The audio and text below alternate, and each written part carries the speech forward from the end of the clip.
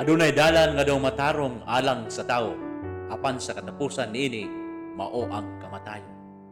Ug mao kini ang hinungdan nga nahimugsog kining maong tulumanon aron ipahayag ang plano sa Dios sa tinago nga naghimo sa tanang mga butang nga iyang gililong sulod sa daghang mga katuigan. Kini nga programa namugna aron itudlo ang pustong pagbahinbahin sa pulong sa kamatuoran. Kini ang oras sa grasya.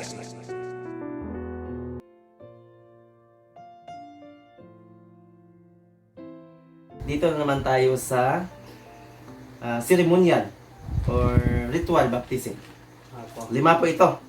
Ang una po dito, tinatawag po ito na different baptism of the law. Sino ang agent? Sino ang baptizer dito? Yung mga Jewish leader.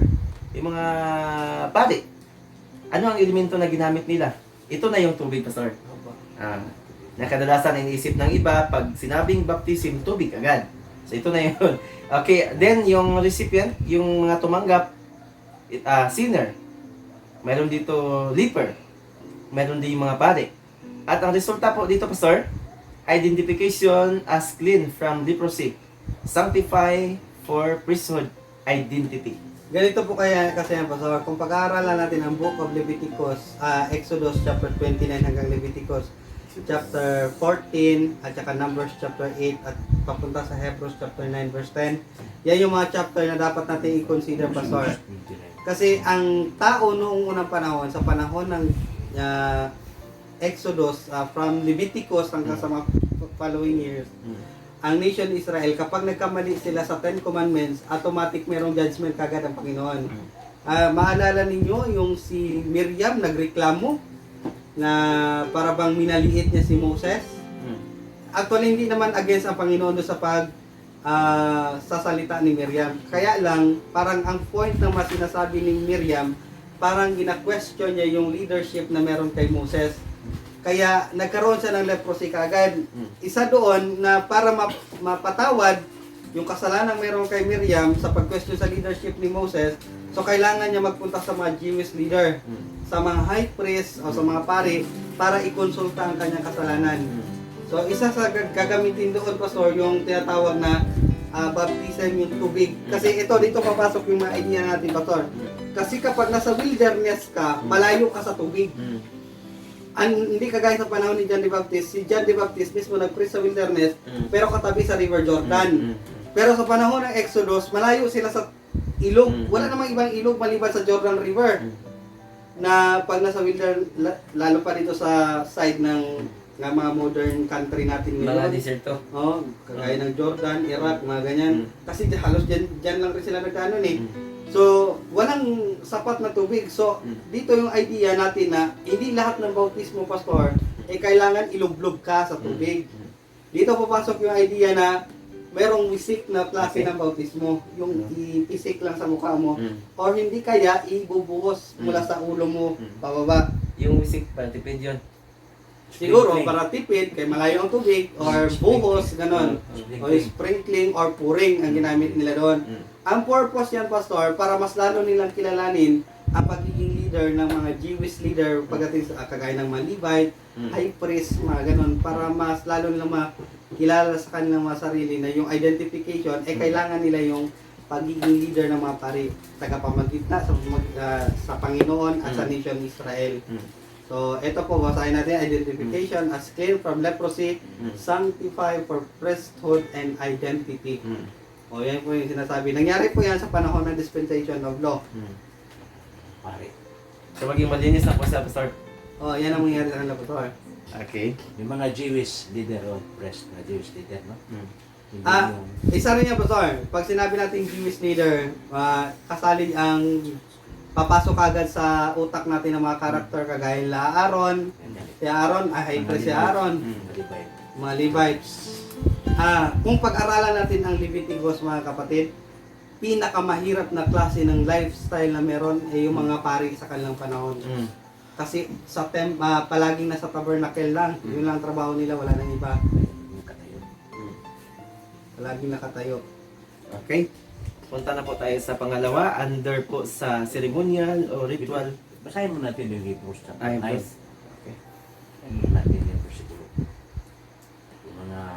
Ano yun? Hebrews Pagtutuong 9:10. mga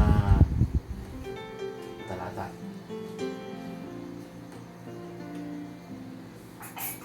Chapter 9, verse 10. Okay. Palibhasay, palatuntunan lamang na ukol sa laman na iniatang hanggang sa panahon ng pagbabago, gaya ng mga pagkain at mga inumin at sari-saring paglilinis. So, diapers baptism. Then, okay na ba, sir? Punta na po tayo sa pangalawa, under sa ceremonial at saka ritual baptism. Ano na? Traditional Jewish baptism ceremonies. Ayan, traditional. Yung baptizer naman dito ay yung Jewish leader. Okay? Ang elemento na ginamit ay tubig pa rin, sir. Mga Ang pagbubukas. tagatanggap dito, yung mga recipient, yung washing hands, cups, pots, pans. Okay. Ang resulta po, identification of traditional practice of the Jewish leaders condemned by Christ. Ganito po yan, Pastor. Sa mga Between Malakay Mark 7. at saka Book of Matthew, nagkaroon po ng tinatawag na 400 silent years ang Panginoon. Kasi sa kanyang programa sana sa Nation Israel, ang pinaka-climax na sana yung Book of Malakay. Kaya lang, ang nangyari, hindi pa rin tinanggap ng Nation Israel ang mapalatuntunan ng Panginoon. Kaya nag-end ang kanyang kautusan, ay ang kanyang mga programa. Pansamantala lang yun. Hindi naman temporary, hindi naman forever, kundi temporary postpone. So, between that years, kasi 400 years silent, napakaabang panahon, almost 4 generations ang dumaan. Yung mga paniniwala nila noon ng mga Israelite, from the book of Leviticus, dinagdagan nila yung pastor. Kaya yan pala ang ina-apply ng iba ngayon sa sunod nila. Ritual. Maghugas. ritual form of practices na siya. Kaya nga tinatawag Ceremonial. natin ritual pastor or ceremonial. Kasi pag sinabi mo kasi ceremonial sa book of Leviticus, vital yon, important yun sa Panginoon. Pero yung iba manggod, nasobrahan na. Wala na sa Biblia, dinagdagan pa. Kaya nga pagdating sa book of Matthew, si Christ mismo, come to me who are heavy burdened and heavy laden. Kasi dinagdagan ng mga Jewish leaders sa kanilang panahon yung kautusan sa book of Leviticus. Yun yun. Kaya nahirapan talaga ng gusto ang So, mga Jewish. Ibig sabihin, Pastor, yung ibang mga kasamahan natin na, hindi man matawag na kasamahan, yung ibang mga denominasyon na ang iniisip nila sa baptism for membership, dagdag din yan. Kaya wala bang mabasa sa Bible na membership? Eto, klaruin natin yan, Pastor. Okay, yan. Linawin natin yan. Siguro mamaya magpag-usapan pa natin yan. Pero partial lang. Okay. Wala kang mababasa sa Biblia na For membership. forward na membership. Mm. Pero kung ating pag-aaralan mabuti, merong identification ang ang baptism na dimension. Pwede ka kasing maging apostle, sign of apostleship, identification nga. Pero yung magiging miyembro ka sa isang organization, wala yan sa katotohanan. Malayo yan, Pastor. Mamaya tatalakayin pa natin yan. Okay. So, sabi ni Kristo, mga doctrine and commandment of man. No? Isa Mga lang yan. doktrina at mga utos na nagmula sa tao. Sabi ni Kristo, sayang lang ang inyong pagsamba sa akin. Sayang lang. Sapagkat ang inyong sinusunod na tinuturo ay mga pangaral, mga utos ng mga tao, hindi nagmula sa Diyos. Saan po yung Pastor? Mark 7. O, Mark 7, Okay. chapter 7. Punta na po tayo sa pangatlo. Ang sabi po dito, under po sa ceremonial at sa ritual baptism, baptism for repentance. Okay. Ito na ang baptizer na po dito ay si John the Baptist po. Ngayon ang, Okay. Mula pa sa panahon ni David hanggang sa mga sumusunod na mga henerasyon. For almost 1,500 years na nagdaan. Bakit essential ang kanilang ang tinatawag na water baptism? Kasi ganito yan, Pastor. Sa traditional view ng Nation Israel noon sa Book of Leviticus, na sa masusing pag-aaral natin, essential yung water baptism para sa paghugas ng kasalanan ng sangkatauhang Israel. As a nation yung, Pastor. Pagkatapos, kung tatanggap, kasi nga, sign of repentance yun eh. Kapag tinanggap mo ang message ni John, dapat mag-undergo ka sa requirements. At ang requirements una doon, yung water baptism. Before mo ma-receive ang mensahe ng paparating na hari. So, kaya nga ang ginamit yun, John's message. Medyo historical ito siya, Pastor. Nung pagkatapos mong nilang maniwala sa mensahe ni John, they are, Nauna pala ang baptism oo, bago yung mensahe. bago yung mensahe, Yung ngayon kasi, nauna yung doktrina, pag makagraduate ka sa doktrina, baptism. baptism kagad. Paano lang yan, Pastor? Parang pinagalo-alo na lang. Man-made na lang Malaking yan. kaibahan. Pero dito kay John, preparation yun para sa Israel itself. Para ma-receive nila ang promised king. Identification of the believing Jews with John's message for the coming Messiah. I-prepare lang kasi ni John ang way para sa coming Messiah sa pamagitan ng pag-prepare sa nation Israel. Ganon yung tradition ay pamaraan ni John noon. Ito po ang ang libro sa Book of Matthew chapter 3 verse 11. Sabi niya, katotohanan ay binabautismohan ko kayo sa tubig sa pagsisisi. Baptism of repentance. Okay. The King is coming. Amen. So, isa sa mga requirements para makilala kayo hari, ay kailangan Mabautismo. magsisi kayo sa panahon ng pagbautismo ng tubig. So, kanina, ang tanong ko kanina, anong bautismo ang para sa atin? Karamihan, 80% siguro ngayon sa mga religion ngayon, no? 80%. Naniniwala sila na itong bautismo ng tubig ay isa sa mga pagdating bautismo.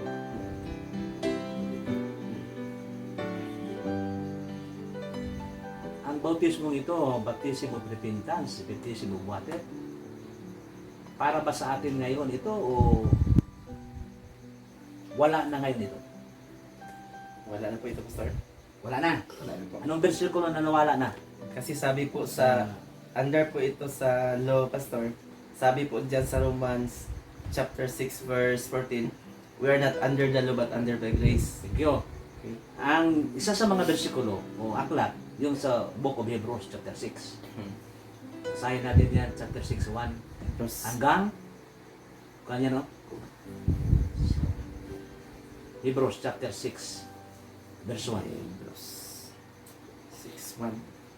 Eh, kasali dito Kaya- ang water eh. Okay? Hindi para sa atin dito ngayon. Mm. Sige, basahin mo daw. Kaya tayo tumigil na ng pagsasalita ng mga unang simulain ng aral ni Kristo at tayo'y mga patuloy sa kasakdalan na huwag nating ilagay na muli ang kinasasaligan ng pagsisisi sa mga patay na gawa at ng panampalataya. Pagsisisi no? Nag-aral na tungkol sa paglilinis ng pagpatong ng mga kamay, ito yun, at ng pagkabuhay na maguli ng mga patay at paghukom na walang hanggan.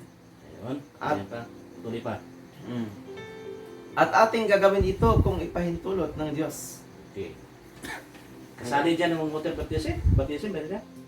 Elementary doctrine, sumala pa yun. Ayun pa sa mga elementary teaching.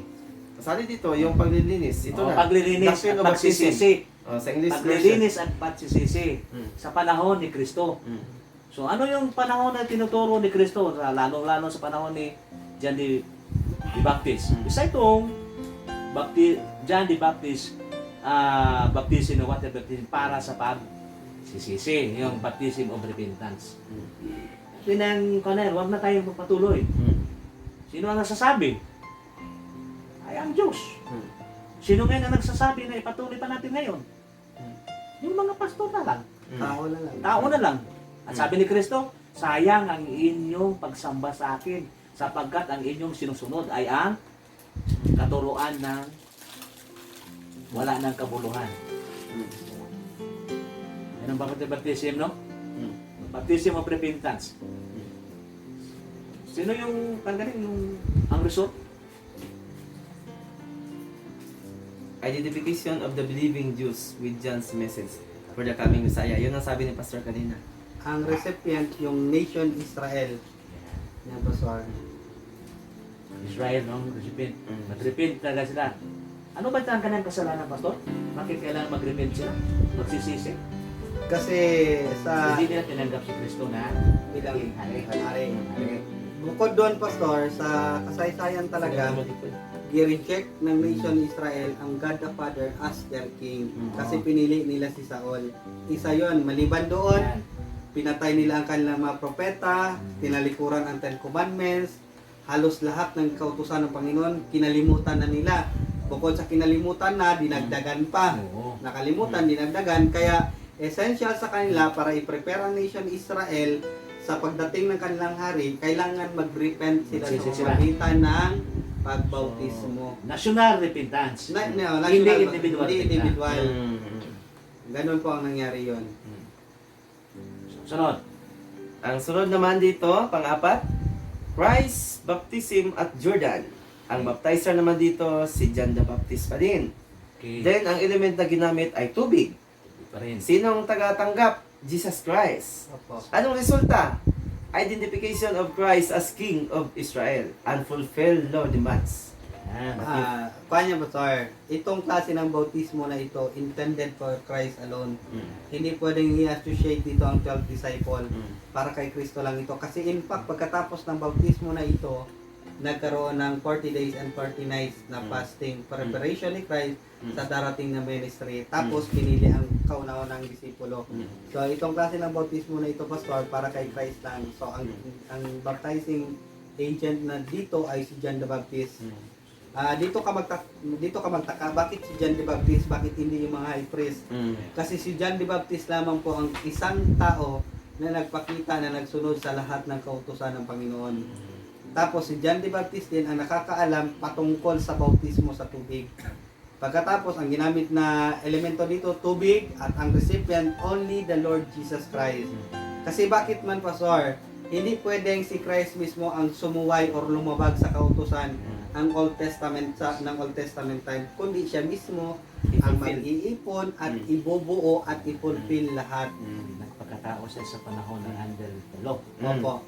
Yes, sa law, no? So, kaya i-fulfill niya ang law. Ito po ang isa sa mga rason sa lahat ng nag-practice ng water baptism.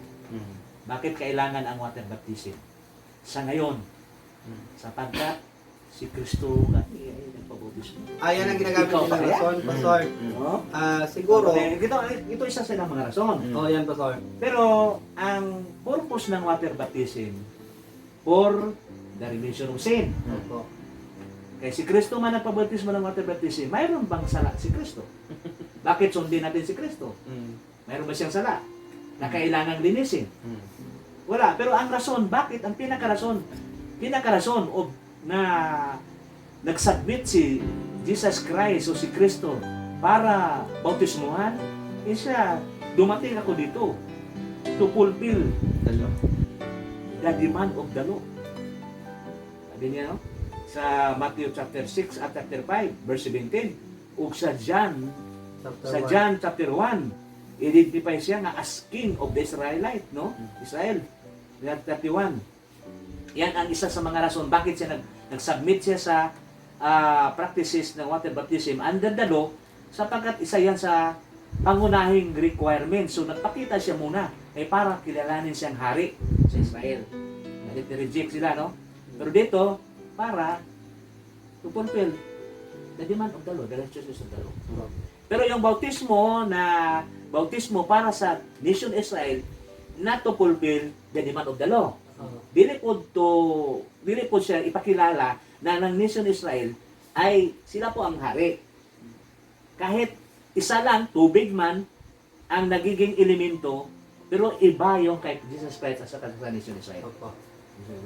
Kaya nga hindi pwedeng gamitin sa mga kasamahan natin ngayon sa gawain ng Diyos na gamitin na rason bakit kailangan ang water baptism para sa mananampalataya sa Kristo, kasi si Kristo ay nagpabautismo rin.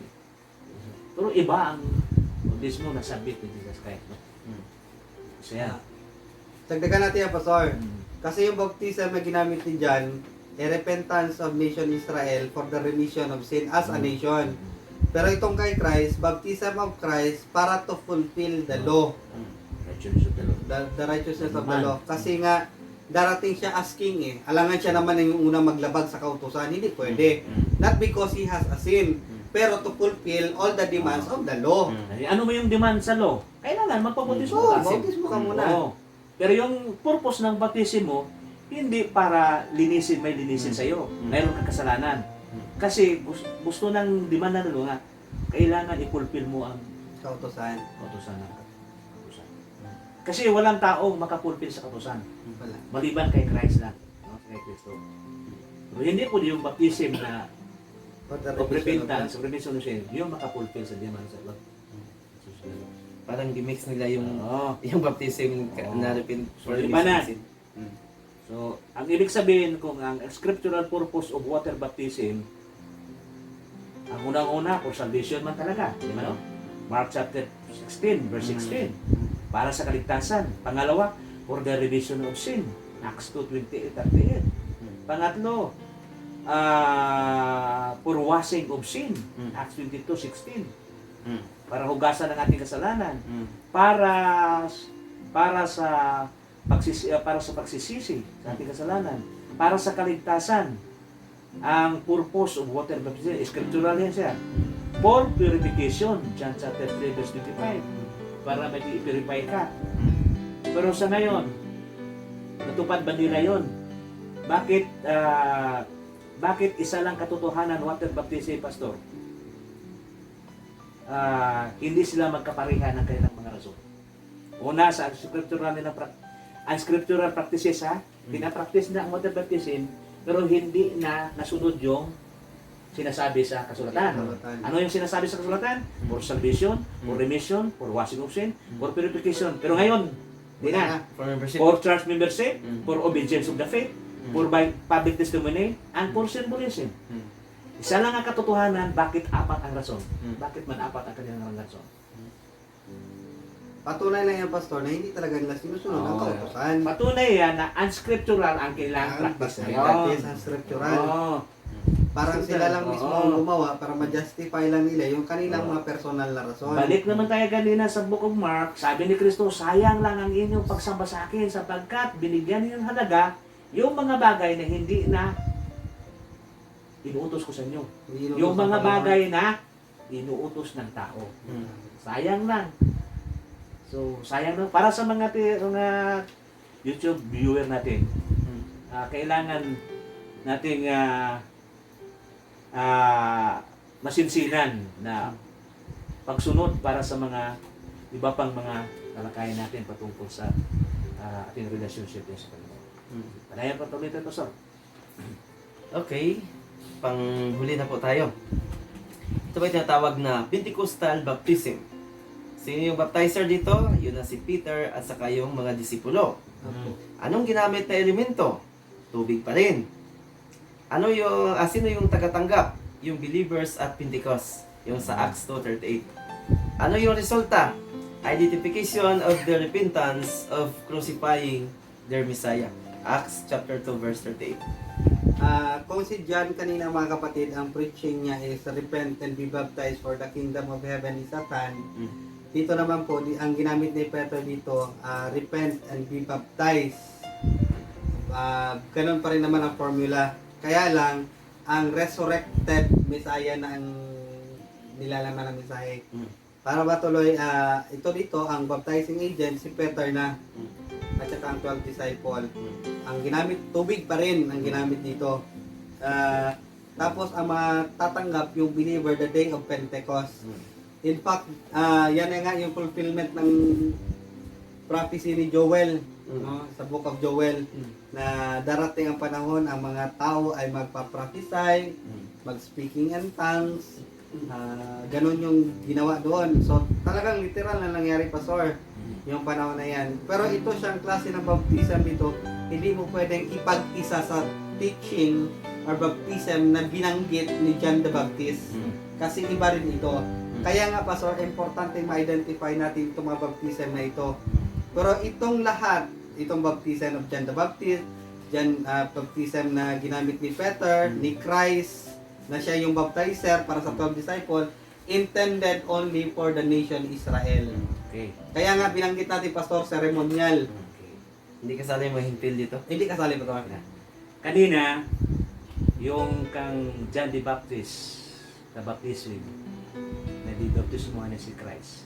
Buhay pa si Kristo. Buhay si Kristo. Masakit pa naman. May- Laman pa siya. Laman. Yung baptism din sa ni John the Baptist para sa mga taga-Israelite, ang kanilang kasalanan ay para sa pagsisisi. Kasalanan nila hindi tinanggap na si Kristo Kristo bilang hari. na bilang hari. Dito naman, ang baptizer, siyempre Peter and the disciple, kasama gyapon dito si John the Beloved. The disciple man siya gyapon. Si John the Beloved and John the Baptist, Pastor Oh, magkaiba. John the Baptist. Mm. Kasama siya. Mm.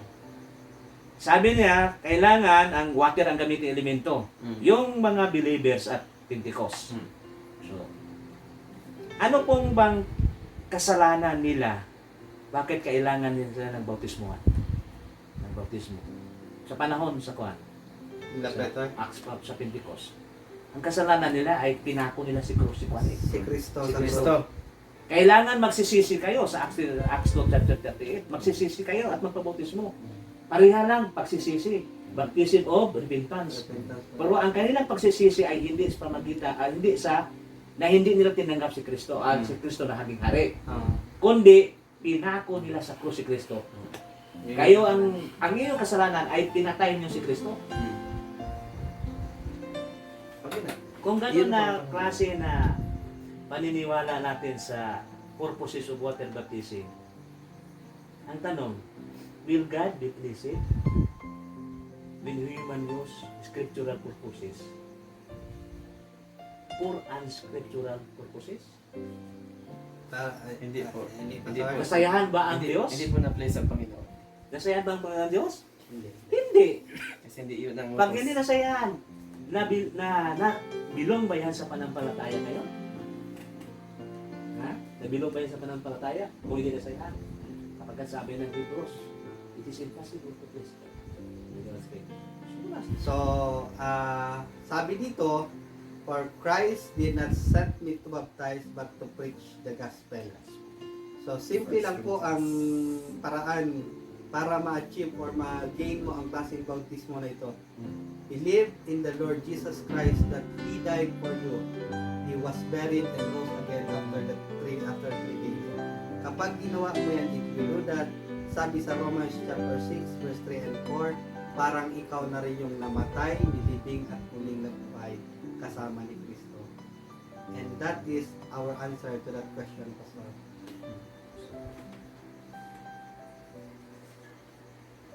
No? Ang baptism by the Holy Spirit. Ang katotohanan kung saan ipinahayag ng ating Ginoong Kristo nang si Kristo Jesus ay nasa kanang kamay nakaupo si Kristo sa kapitan. Na mayroon siyang mensahe na ipinahayag na ang kanyang pinagkalooban ay si Apostol Pablo lamang. Apostol Pablo. Saan nagsimula? Sa Book of Acts chapter 9. Yung nagsimula ang pahayag niya. Hello everyone, thank you for watching our video. Please do subscribe to